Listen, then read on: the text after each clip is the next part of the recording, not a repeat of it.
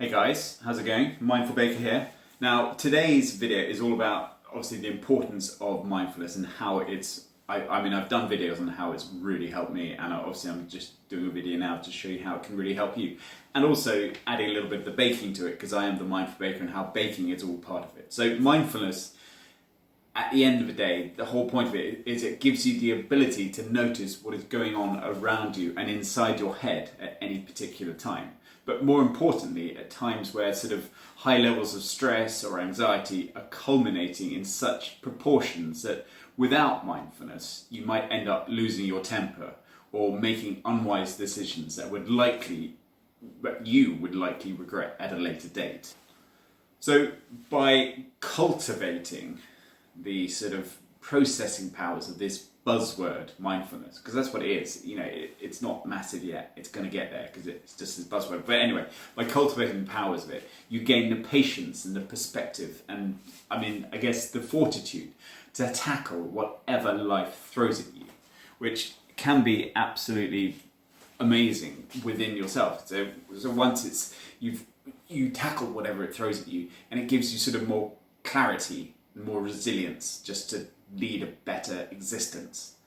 So let me give you a little example of how it can help. So say for example, and this is certainly what I do a lot, and I know a lot of you will. So say for example, you're driving somewhere, you're driving to a meeting or something, you're driving somewhere where you have to be there at a certain time, but you're running a bit late anyway, and you come off the motorway, so you've been driving the motorway to get to this meeting, and you're greeted by a long traffic jam leading to a traffic light when you get off the motorway, which straight away that annoys you. Anyway, as you slowly approach the lights, someone pulls in front of you, cuts you up, and stops you from getting the next green light. So you have to wait at the next red light. And what do you do?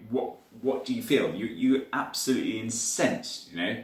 Ideally, you know, your blood boils, not ideally, but your blood boils because you're just so mad. You know, you're seeing red. As long as you're seeing the red light, you're also seeing red everywhere. You're just so mad. You know, you honk your horn, you shout profanities at absolutely everyone and everything it does. You know, you're just smacking things around, you're hitting your wheel.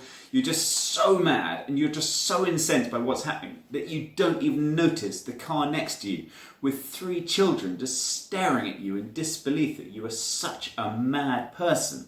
Now, imagine you've had a little bit of mindfulness tuition and you're integrating it just slowly into your life. And just notice how this situation takes on a whole new dimension in your head. Let's go back to that example. So you're still running a bit late for this meeting. You come off the motorway and you see sort of traffic lights and they're red, and it still annoys you. You know, it's going to annoy everyone. I'm not saying mindfulness stops you from getting annoyed, but it still annoys you that you get in the queue and you wait and you accept that you sort of reach a level of acceptance within yourself that you're going to be late, but there's absolutely nothing you can do with it. Anyway, again, as you're about to go through the lights, another car pulls up in front of you, cuts you up, and prevents you from passing through the green light, as it's now turned red again. Before you do anything this time, you remember the mindfulness training, and you just start to observe how you feel. You know, you notice this feeling of increased pressure within your head, within your blood. You know, you notice all these things. You notice your hands getting close to the horn. You know, you sort of winding the window down. You're getting stressed. You notice all of this. But then, because of your mindfulness training, you just take a deep breath. You just slowly ascertain what's happening within you. You ascertain all of the things which are happening. You know, you feel your sort of blood pressure rising. You feel you're about to get stressed, about to honk a horn. Just take this deep breath, and then now you have a much more objective view of the situation, and you sort of realise, because you're looking above with this objective view, that if you're a little bit late, that's not actually going to cause anyone too much sort of mishap. You know, you're not going to lose your job because of this. You realise that being late is not the end of the world. Okay, so you know that your colleagues are not going to mind if you're a little bit late, and even if they do, I don't know, take them out and buy them a cup of coffee or something. It's not the end of the world.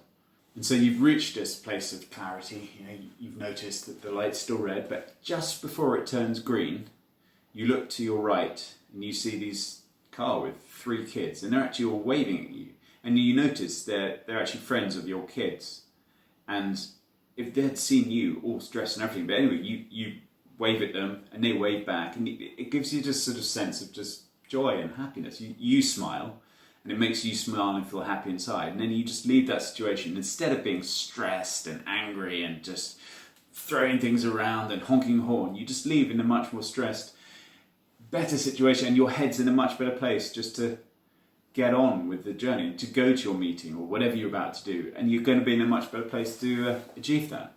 With mindfulness, you learn how to respond wisely and intuitively to any situation that greets you, just rather than responding blindly and aggressively and angrily.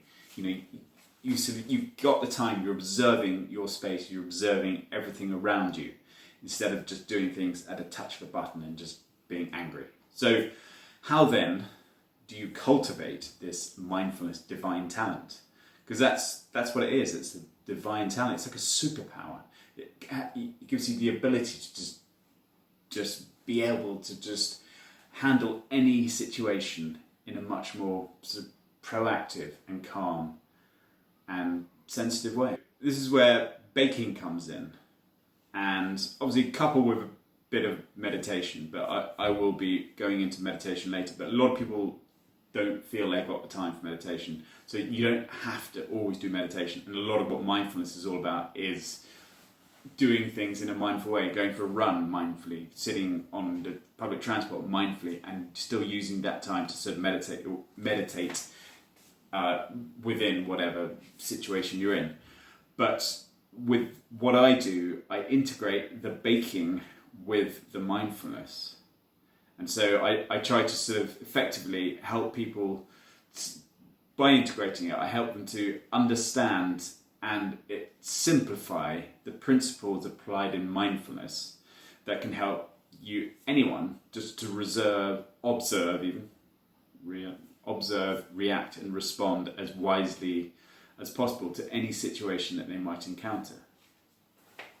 So with that all in mind, I'm going to be doing a lot of, I am always doing these videos and just helping people to understand. I'm just trying to give people a new perspective on mindfulness and how this works. So please subscribe to this channel, and I will continue to just sort of demonstrate not only mindfulness things, but these ingenious cooking techniques, which I think just help people along the way. And I will try, and I'm always trying to sort of integrate the mindfulness and the cooking together. But if I don't, you're still getting a good recipe for something, or you're learning about the mindfulness, which is great. So please press the like button, wherever that may be, and ask any questions. Ask questions, things you would like me to discuss, things you would like me to present about, or just ask questions about what you'd like me to do a video on. So please do all of that. Take care, and I will see you guys in a few days.